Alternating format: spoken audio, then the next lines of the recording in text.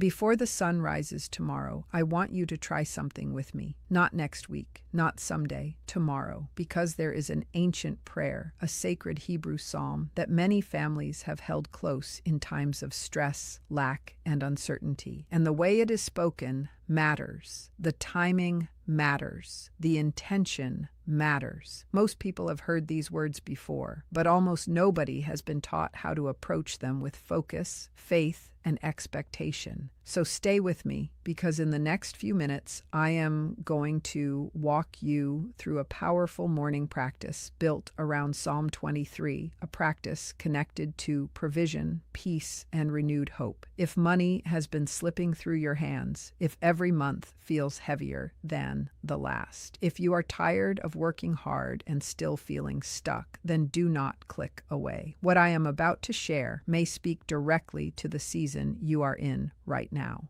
And by the end, I will show you the full step-by-step way to do it in your own home, in simple words, without pressure, without confusion, and without making the script smaller or softer than its full power. Shalom. Today, I want to share something ancient, something deeply meaningful, something many people have turned to in hard seasons for strength and direction. It is an old Hebrew psalm, a holy declaration rooted in Torah wisdom, words that have been spoken for generations when financial pressure sat heavily on home. These words were not treated casually. They were spoken with care. They were spoken at a certain hour. They were spoken with a clear heart. And today I want to open this practice up in a way that feels simple, strong, and alive. Welcome to this message on ancient wisdom, faith, and the flow of provision.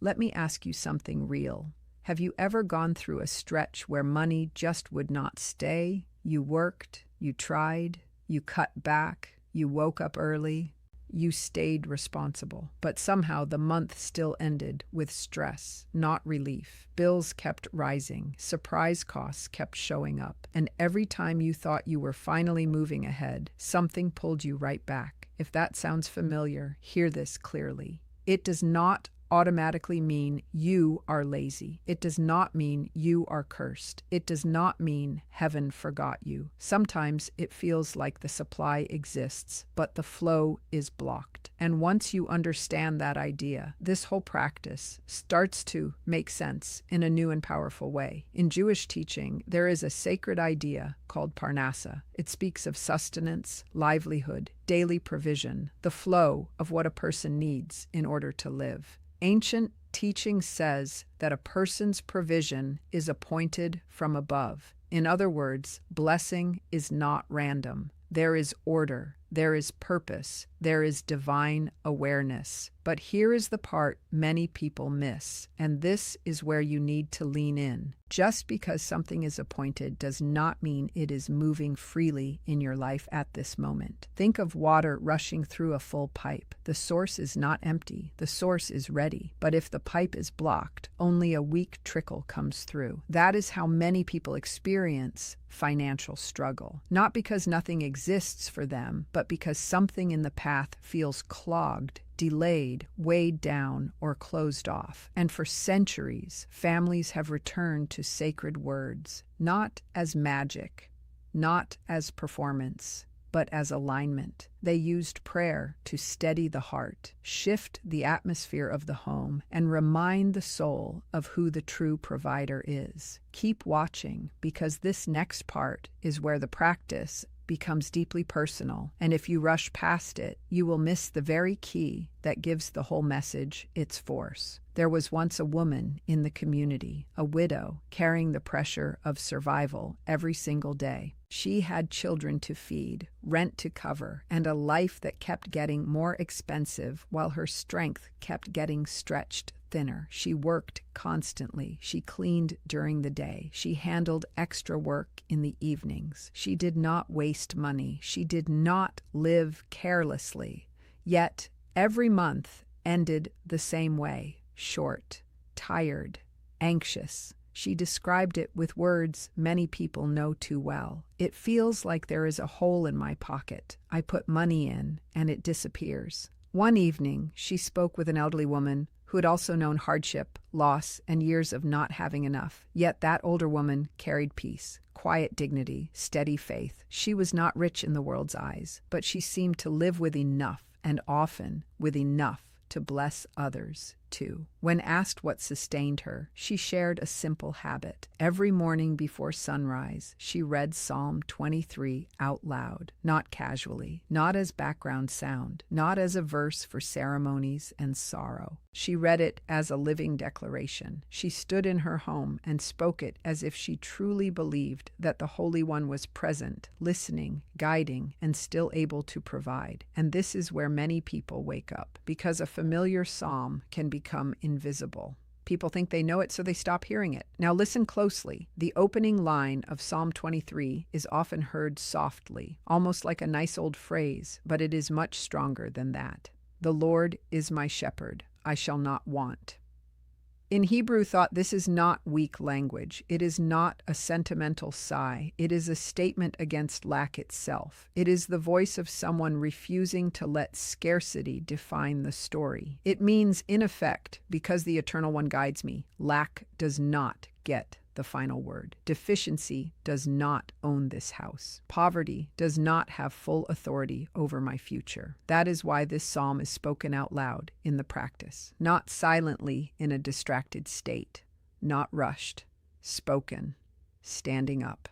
Before sunrise. Why that hour? Because the last stretch of darkness before dawn has long been seen as a tender hour of openness, a quiet place between night and morning, where the heart is awake and the noise of the world has not yet taken over. It is a powerful time to speak words that set the tone for the day. So when you reach that first line, you do not just recite it, you pause in it, you let it land, you speak with intention, you remind yourself that you are not abandoned, not unseen, not locked out from provision forever. And if this is stirring something in you already, stay with me, because the next verse we need to talk about carries one of the strongest images in the whole psalm. There is a line in Psalm 23 that many people pass too quickly. You prepare a table before me in the presence of my enemies. At first hearing, most people think only of human opposition, but there is something larger in the image. The point is not merely that trouble disappears. The point is that provision can appear even while trouble is still present. The table is set not after every problem is gone, but right in the middle of pressure, fear, accusation, uncertainty, and delay. That changes everything. It means you do not have to wait for the perfect season to believe that help can come. You do not have to wait until every debt is settled, every stress is gone, and every door is wide open before expecting goodness. The image is bold.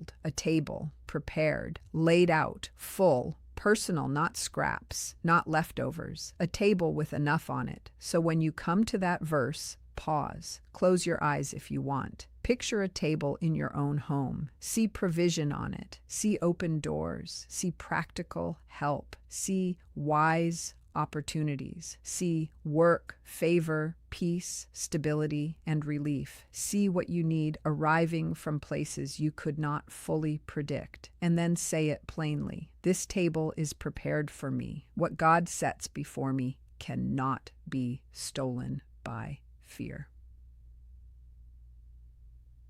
That is not empty hype. It is a way of fixing your mind on abundance instead of panic, and that inner shift matters more than many people realize. Then comes another critical part, and this is where the practice stops being only words and becomes movement. The teaching says that blessing is like a river. If there is no outlet, the river slows, backs up, even turns stale. But if there is an open way for it to keep moving, it flows with greater strength. That is why giving is included in this practice. Not because someone is trying to pressure you, not because this is a transaction, but because generosity breaks the grip of fear and keeps the heart from closing in on itself. In Hebrew, this giving is often called tzedakah. It is commonly translated as charity, but the idea carries more weight than that. It speaks of righteousness, justice, doing what is right in the flow of life. It says, in a very real way, that what comes to me is not meant to die with me.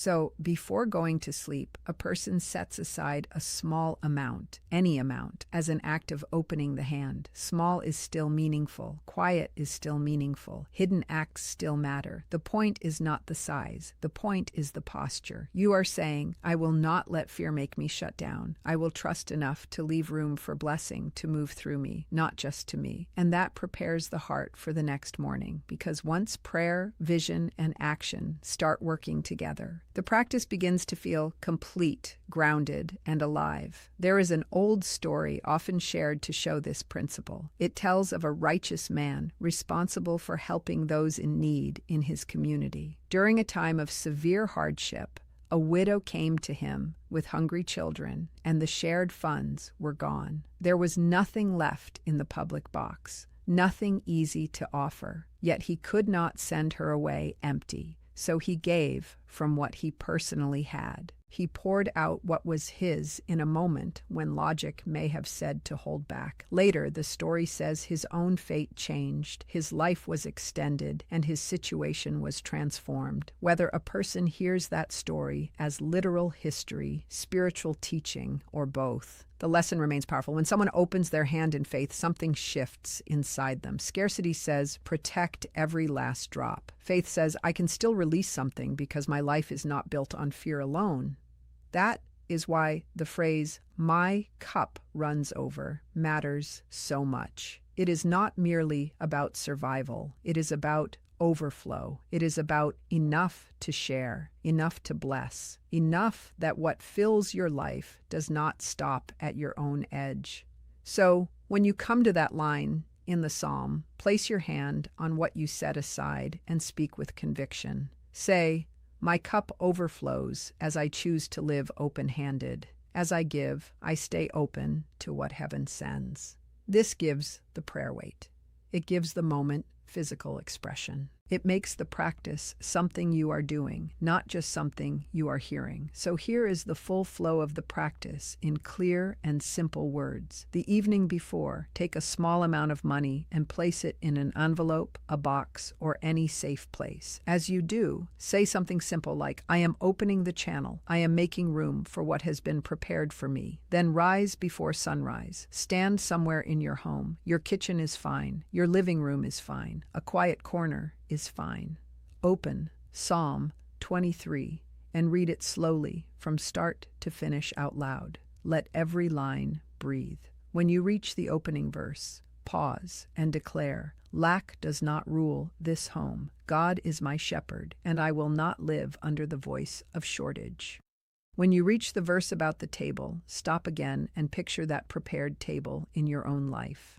Then say, this place of provision is prepared for me, and fear cannot cancel it. When you reach my cup runs over, place your hand on the envelope and say, I choose to pour out for others, and I stay open to overflow. When you reach the final verse, surely goodness and mercy shall follow me all the days of my life. Do not whisper it as if it were a distant idea. Say it as a covenant line over your life. Say it as if you mean it. Say it slowly. Let it settle into the room. And if you are still here, this next part may be the one that ties the whole message together for you. What makes this practice powerful is that it brings together three movements of the soul at once. First, declaration. You speak. Words shape focus. Words set direction. Words can strengthen the inside of a person before the day even begins. Second, vision. You do not keep staring only at the problem. You allow yourself to see the prepared table, the open path, the answer that has not fully appeared yet. That matters because the mind lives where it dwells. If your thoughts camp all day in fear and lack, your spirit starts shrinking before anything in the outer world changes. But when your inner picture starts shifting toward provision, peace, and steadiness, your whole posture changes. Third, action. You give. You open your hand. You refuse to let anxiety make you hard, cold, or closed. Declaration, vision, action. Together, they create a strong and ancient rhythm. And this is important, so do not miss it. The practice is not about money suddenly falling from the sky. It is about alignment. It is about faith becoming active. It is about clearing the fog of fear, opening the heart, and becoming attentive to provision, opportunity, wisdom, and help in ways you may have ignored when panic was louder than prayer. Many people need this reminder right now, not because they need fantasy, but because they need hope that still has backbone. I have seen people hold on to a practice like this and find that something inside them becomes steadier first, and then practical changes begin to follow. A phone call comes, a door opens, a connection returns, a burden lifts, a new client appears, a delayed payment moves. A long stuck situation starts to breathe again. No, this is not a promise of instant riches. It is something more grounded and more useful than that. It is a way of placing your words, your attention, and your actions in harmony with trust instead of panic. And that alone can begin to change the atmosphere of a home. Sometimes the first blessing is not the money itself. Sometimes the first blessing is peace returning to the room, clear thinking returning to the mind, courage returning to the body. And once that happens, people often notice what they could not notice before. They pray differently. They act differently. They carry themselves differently. They see opportunity where fear once blinded them. So tonight, if this message has reached you, set aside that small gift. Tomorrow, rise before the sun, read the psalm out loud, pause at the key lines, make the declarations, see the table, touch the envelope, speak the final verse with strength. And if you feel something shift, do not ignore it. Return to the practice, stay with it. Let it become a doorway into steadier mornings and a more hopeful spirit. And now let me leave you with the full emotional force of what this script is really saying. You're not powerless in a season of pressure. You're not forgotten because the month was hard. You're not cut off from peace because numbers on a page are frightening right now. There is still a shepherd. There is still a table. There is still a cup that can overflow. There is still goodness. There is still mercy. There is still a path through this. So when the dark is still outside and the world is quiet, stand up in your home and speak life into the space around you. Speak with faith, even if your voice trembles at first. Speak with honesty, even if you are tired. Speak with hope, even if you are still waiting. This is where the script becomes more than words. This is where it becomes a moment of trust, a moment of alignment, a moment of choosing not to bow to lack in your mind before the day even begins. Try it. Do not overcomplicate it. Do not wait for perfect feelings. Just begin. And as you begin, may your home be filled with peace. May your table hold what you need. May wisdom guide your decisions. May strength return to your heart. And may provision meet you in ways seen and unseen. Stay with this. Return to it. And step into the morning, believing that what has been prepared for you can still find its way to your door.